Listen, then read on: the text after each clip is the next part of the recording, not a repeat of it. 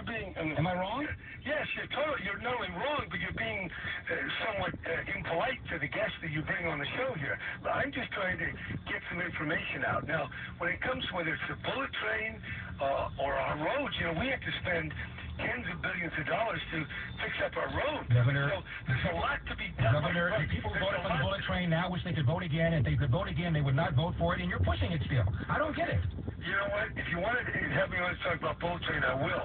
But this prison system is complicated. It's expensive. We've done a hell of a good job to get us in position to get our authority back to protect public safety and do the right kind of job. Now, you want to talk about bullet train and global warming? And no, we're talking about public safety, Governor. When you're spending money on the bullet train, you're spending less money on public safety. No, that is absolutely untrue. It's a totally ignorant statement. Oh, really? We have a bond voted by the people. We have money from the federal government. We have many other ways that we'll be able to finance this train. And by the way, let's take your premise.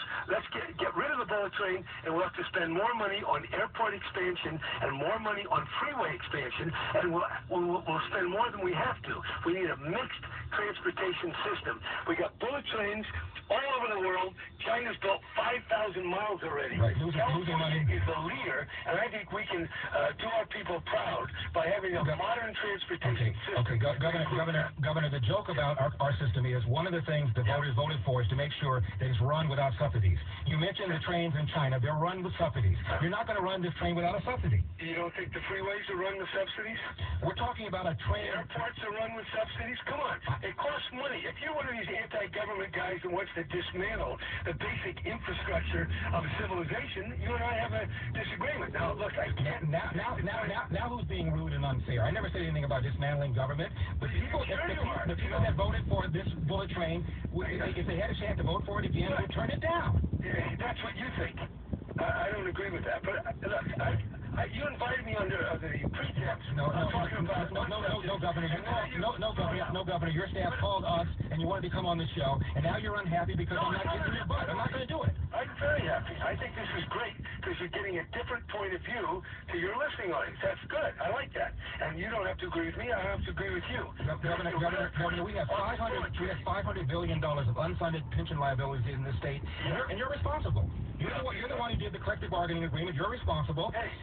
This state is being run irresponsibly. We're now pushing for a bullet train. We've got these ridiculous global warming laws that is driving people away, and you have the nerve to be upset that Can you take a deep breath? Larry. The one who made the most drastic reform to our pensions of anybody, okay? I'm here. I balanced the budget for 15 years. This budget has been in deep red ink.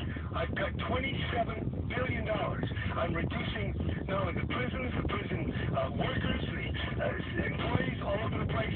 I mean, it may not be perfect. It may not be everything that you and your listeners want, but at least acknowledge that I'm taking some very tough steps here, and for the first time, California's credit rating is getting better. We're on the road to recovery, and we're not perfect, but I think, we're headed in the right direction. Well, I'm not leaving the state. You're not leaving the state, Governor. Not me. And you know what? We'll come on again and have this debate. If you want to talk about the bullet train, not today, but somewhere down the road, I'll be glad to come on and give you, in fact, you could bring someone on that could give it even better than I could. Well, I'd love to, Governor. All right? And I appreciate you coming on. Thanks a lot. You are a vigorous